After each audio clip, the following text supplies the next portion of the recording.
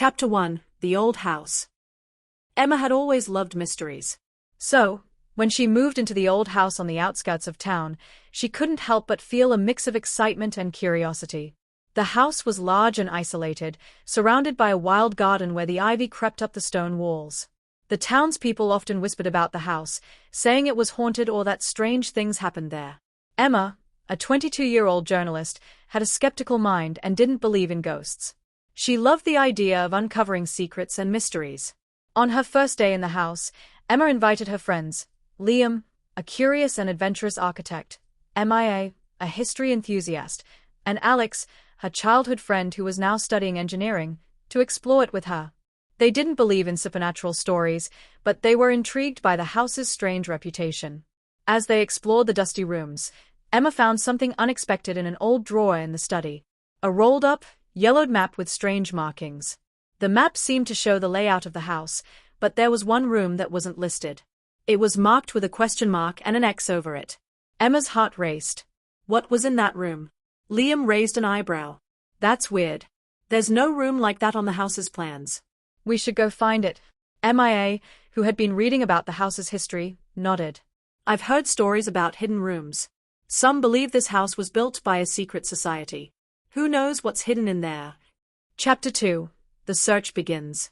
The four friends made a plan to search the house. They started with the attic, a place filled with old furniture, boxes, and forgotten treasures. The attic was dark and musty, with beams creaking above them. Emma and Mia started going through old photo albums while Liam and Alex checked the corners of the room. They found nothing unusual, just old memories and dust. Next, they descended to the basement, which was colder and had a smell of wet stone. The floor was uneven, and the walls were lined with shelves of old jars and tools. It was here, behind some old crates, that Alex spotted a small, hidden door. It was partially hidden, and it had a rusted lock.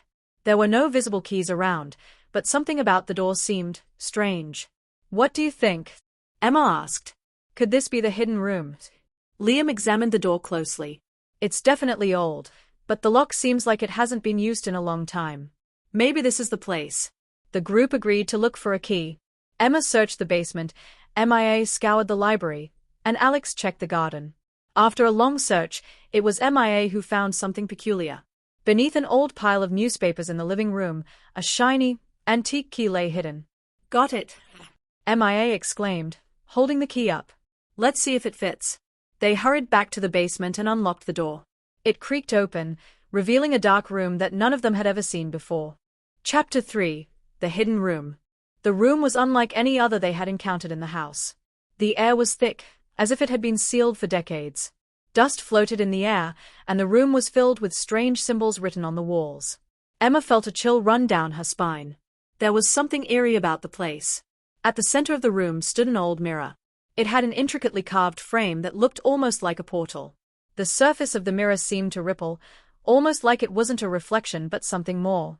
As they gathered around it, Emma felt an unsettling sense of déjà vu. The mirror felt familiar. Do you guys feel that? Liam asked, his voice trembling. It's like the room is alive. Alex stepped forward, eyes wide. What if this mirror is connected to the house's history? Maybe it's a clue, or even a way to see the past. But before anyone could respond, Emma reached out and touched the mirror. The moment her fingers made contact, the ground shook beneath them, and the mirror cracked. It shattered in an instant, sending a shockwave through the room. Emma stumbled backward as everything around her began to spin. Chapter 4: The Twist. When Emma opened her eyes again, everything was different. She was no longer in the basement. The familiar surroundings of the old house were gone. Instead, she found herself in what looked like the same house but with one glaring difference. It was pristine, as though it had been untouched for years. The walls were freshly painted, the furniture was in perfect condition, and the air smelled different. Emma? Mia's voice echoed in the distance. Emma, where are you? Emma turned to see her friends in the hallway, but they weren't looking at her. They were staring at someone, or something, down the hall. She rushed toward them. But when they turned to face her, their expressions froze in shock. Mia, Alex, Liam. Emma cried. It's me, Emma. What's going on? But the other three didn't recognize her. In fact, they seemed frightened. Alex stepped back. Who are you? What have you done to her? He asked, his voice trembling. Emma felt a lump form in her throat. What are you talking about? I'm Emma.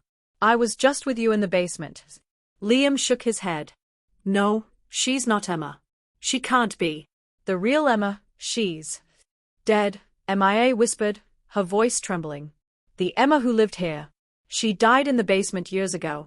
No one ever found out how. We thought you were a ghost at first, but now, her voice trailed off. Emma was speechless. The truth hit her like a bolt of lightning. She had not just crossed into another room. She had crossed into another reality, one where she had never been born. The house wasn't just a portal to one hidden room. It was a doorway to alternate worlds, each with its own version of Emma and her friends. Chapter 5. The Truth Unveiled. The other Emma, the one who had died, was the one they had been searching for. The mirror wasn't a portal to the past or future. It was a link to another reality, one where Emma had never existed. Her friends didn't remember her because they had never met her in this world. She wasn't a part of their history. I don't understand, Emma said, her voice shaking. How can I get back to my world? Liam, who had been staring at the ground, finally looked up. The mirror doesn't just show the past. It shows other versions of the house, other timelines. It's like a key to different worlds. But once you cross over, you can't go back. MIA added, there's no way out. The only way to get back is to find another version of the mirror. And even then, who knows what you'll find when you return. Emma felt the weight of her mistake pressing down on her. She had opened a door she didn't understand, and now she was trapped in a world where everything was wrong. There was no turning back. Chapter 6. The Final Decision. As the days passed, Emma grew more accustomed to her new reality. The other Emma, her counterpart in this world, was gone, and Emma had taken her place in her friends' memories. But she couldn't escape the feeling that something was watching her, waiting for her to slip up. One evening, as she sat in the living room, she heard a voice from behind her. You don't belong here, you know, it whispered. She turned to find the figure of the other Emma standing in the doorway, smiling darkly. The figure stepped forward. This house doesn't just trap people. It replaces them. And now, you're one of us. The twist was clear. The house wasn't just a place of secrets, it was a prison for lost souls, and Emma had become another trapped soul in its endless cycle of realities. Thanks for watching the video.